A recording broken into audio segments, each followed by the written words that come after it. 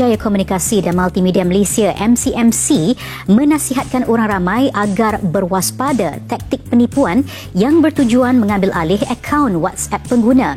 Taktik itu menggunakan pelbagai hela bagi memperdaya pengguna supaya menyerahkan kod pengesahan 6 digit yang diterima daripada pihak WhatsApp. MCMC dalam satu kenyataan mendedahkan beberapa hela dan modus operandi yang digunakan. Antaranya, anggota sindiket penipuan itu menyamar sebagai rakan atau ahli keluarga dengan menggunakan akaun WhatsApp yang telah berjaya diambil alih sebelum ini.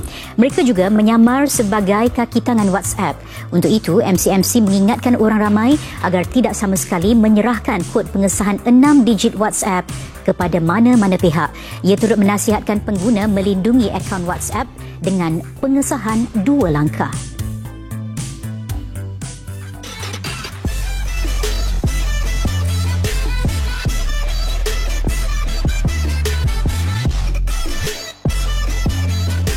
Mana interaksi pada ketika ini dengan keadaan normal baharu, banyak sekali kita gunakan teknologi terutamanya, apatah lagi dengan pendidikan juga perlu menggunakan teknologi di dalam talian. Dan kita ingin bicara mengenai bahayanya penggunaan penipuan di dalam aplikasi WhatsApp terutamanya. Ianya ibarat satu keperluan pada ketika ini.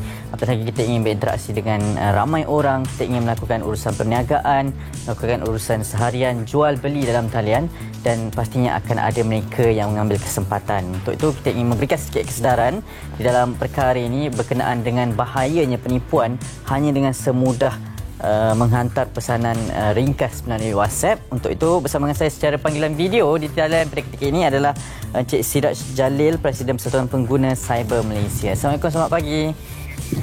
Waalaikumsalam warahmatullahi wabarakatuh. Selamat pagi. Ya, Encik Siraj, terima kasih kerana sudi bersama kami pada pagi ini. Mungkin kita boleh mulakan dengan sedikit pengenalan berkaitan dengan adakah ianya telah menjadi satu perkara yang sangat bahaya pada ketika ini, penggunaan aplikasi WhatsApp dan ada penipuan di dalam sebarang perbualan atau urusan niaga yang dilakukan. Okey, basically WhatsApp dah jadi messenger nombor 1 dalam dunia dengan pengguna lebih 2 bilion. Seluruh dunia ada 2 bilion pengguna WhatsApp. Jadi sudah pasti bila dia menjadi tarikan utama, dia akan memberi tarikan kepada pihak-pihak yang tidak bertanggungjawab lah, terutamanya penjenayah cyber ni. Jadi yang terbaru ni kita dikejutkan tentang penggodaman WhatsApp. Jadi penggodaman WhatsApp ni dia very subjektif asalnya, tapi sehingga perubahan teknologi cyber ni memberikan kebolehan kepada penjenayah cyber ni untuk mengolah bukan saja dari sudut social engineering, bahkan dia mampu mengakses perkara tertentu untuk mengambil alih WhatsApp individu. Okey. Jadi maksudnya WhatsApp kita kalau tak jaga betul, orang boleh take over WhatsApp kita. Itu maksudnya. Jadi instead of penipuan dari sudut yang dahulunya kita mudah terima pesanan daripada scammer, and then daripada scammer tadi dia akan usaha supaya kita menyerahkan duit. Tentu hari ini ancaman lainnya berkenaan WhatsApp ni adalah bila dia take over WhatsApp kita, dia akan gunakan WhatsApp kita tu untuk buat panggilan kepada orang lain. Okey. Maksudnya dia akan buat penyamaran. Sebagai contoh hadis lah, saya ni anggap saya ni penggodam. Kemudian saya akan godam phone WhatsApp saudara adik. Kemudian saya akan telefon orang lain untuk saya nak scam.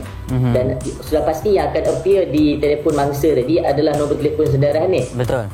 Dan bila saya telefon dan saya berjaya menipu ataupun scam mangsa tadi, jadi sudah pasti bila mangsa membuat laporan kepada pihak polis Diraja Malaysia, sudah pastilah nombor saudara Hanif yang akan dilaporkan membuat penipuan. Jadi benda ni scammer akan remain shadow dekat belakang aktiviti dan orang lain yang menjadi mangsa. Perkara ni saya sendiri pernah dapat pengalaman sendirilah. Yang mana saya terima panggilan awal pagi melalui WhatsApp call. So WhatsApp call ni saya tengok yang appear logo BigPay. BigPay, pembayaran melalui apps BigPay tu. Kemudian saya angkat lah. Bila saya angkat tu saya dah boleh jangka sini scam lah. Sebab kalau syarikat dia satunya dia takkan telefon kita membuta tuli, yang kedua dia takkan telefon kita menggunakan WhatsApp. WhatsApp, betul. Jadi bila saya tengok cara bercakap pun dah memang tahu scam kan. Jadi saya tutup panggilan dan saya minta saya makan buat saya makan dengan pihak berwajib. Pemilik, siapakah pemilik nombor telefon berkenaan. Jadi pada masa yang sama juga bila saya buat call offline, call normal call tu, ada yang angkat. Jadi bila saya dapat bercakap dengan pemilik sebenar telefon tu, dia maklumkan WhatsApp dia tak boleh masuk dah 2 hari. Maknanya dah 2 hari WhatsApp dia dah tak boleh masuk. Jadi baru kita faham lah, masa tu baru saya dapat analyse that WhatsApp ni boleh prosedur digodam lah. Waima dari sudut godam secara terus ataupun menggunakan social engineering. Jadi ini kaedah dia pelbagai. Dan ada beberapa faktor bagaimana dia penggodam ni ataupun scammer ni boleh take over WhatsApp kita. Yang pertamanya, WhatsApp tadi tidak dilindungi dengan two-factor authenticator. 2FA orang panggil. Maknanya pengguna tidak aktifkan PIN code WhatsApp tersebut. Yang keduanya, pengguna tidak peka terhadap OTP. Maksudnya bila ada OTP number dan dia culas cuai dan dia bagi nombor OTP kepada pihak ketiga. Yang ketiganya, teknologi terkini wujudnya kegiatan menjual perkhidmatan memberikan akses kepada pihak ketiga untuk membaca SMS kita. Maknanya bila OTP dapat, walaupun kita tak bagi, ada potensi dia boleh baca SMS kita untuk dia ambil OTP yang dia request tu. Maksudnya bila kita nak aktivekan sesuatu WhatsApp, kita akan masukkan nombor telefon. Daripada activation tadi akan appear request OTP number. Dan OTP number tadi akan pergi ke nombor telefon yang kita dah masukkan tadi. So kalau dia boleh baca SMS, which mean dia boleh baca OTP number tadi. Indirectly dia boleh take over WhatsApp berkenaan. Jadi ini aktiviti lah. Daripada situ tadi, rentetan dia WhatsApp kini diguna pakai untuk kegiatan scam. Very clear. And di peringkat Persatuan Pengguna Cyber, kita banyaklah mengkaji pattern baru jenayah cyber ni. Dan scam ni dia memang very ikut perubahan teknologi. Lagi maju teknologi tu, lagi majulah jenayah cyber ni. Dan that's why antara kita gesaan not just enforcement memang kita sentiasalah kita ada yang kurang kita akan usulkan supaya penambahbaikan dan sebagainya, termasuk kita cadangkan supaya wujudnya Jabatan Siasatan Jenayah Cyber, bukan lagi unit. Kemudian dari sudut yang paling penting adalah pengguna.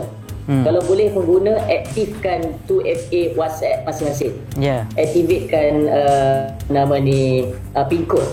Boleh pergi kat setting di bahagian WhatsApp tu, pergi dekat bahagian setting and then ada 3 dot biasanya dekat bahagian atas, pergi ke bahagian setting, dia akan ada account, appear account, preview, and then pergi ke bahagian 2-step verification. Dia pergi ke 2-step verification, dia akan ada tulis minta kita enable. Ada kita enable kan. Bila kita enable, dia akan minta 6 digit PIN code untuk kita masukkan.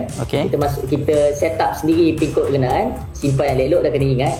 Kemudian dia akan diminta untuk kita verify email. 2 kali dia akan minta email. Kemudian one success, and then dia akan test kita punya verification code, PIN code tadi. Once kita keluar daripada WhatsApp untuk kita masuk semula ke dalam WhatsApp kita. Jadi 2FA ni sangat penting. Benda ni lah yang boleh sedikit banyak mengurangkan kadar untuk WhatsApp kita itu digodam. Itulah saya pun tengah ikut step yang diberikan oleh Encik Siraj tadi ni. Kita faham ada pengalaman tersendiri juga dan banyak juga mereka telah berkongsi di media sosial. Sebagai seorang pengguna yang telah pun kehilangan akaun WhatsApp ini sendiri di dalam berdepan dengan scammer sebegini ataupun modus operandi yang sangat terperinci sebegini, apa perkara yang perlu kita lakukan? Ke bahagian mana yang perlu kita laporkan? Kita dah hilang akaun kita. Mungkin kita boleh post di media sosial, tetapi mungkin tak ramai, tak semua kenalan kita akan cakna berkaitan dengan perkara itu. Apa perkara yang perlu kita lakukan? Yang pertamanya, kalau WhatsApp, dia simptom-simptom awal yang WhatsApp kita ni bermasalah, berpotensi digodam.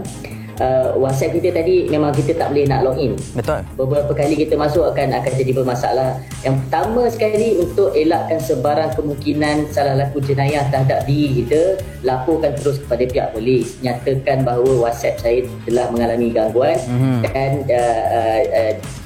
saya jangkakan WhatsApp saya digodam, bagi mengelakkan, maknanya orang panggil covering report lah, bagi mengelakkan daripada saya menjadi mangsa kepada jenayah saya pun, saya ingin melaporkan bahawa WhatsApp saya digodam. Jadi apa-apa laporan susulan terkait tentang nombor kita digunakan sebagai vehicle jenayah cyber, at least pihak PDRM maklum.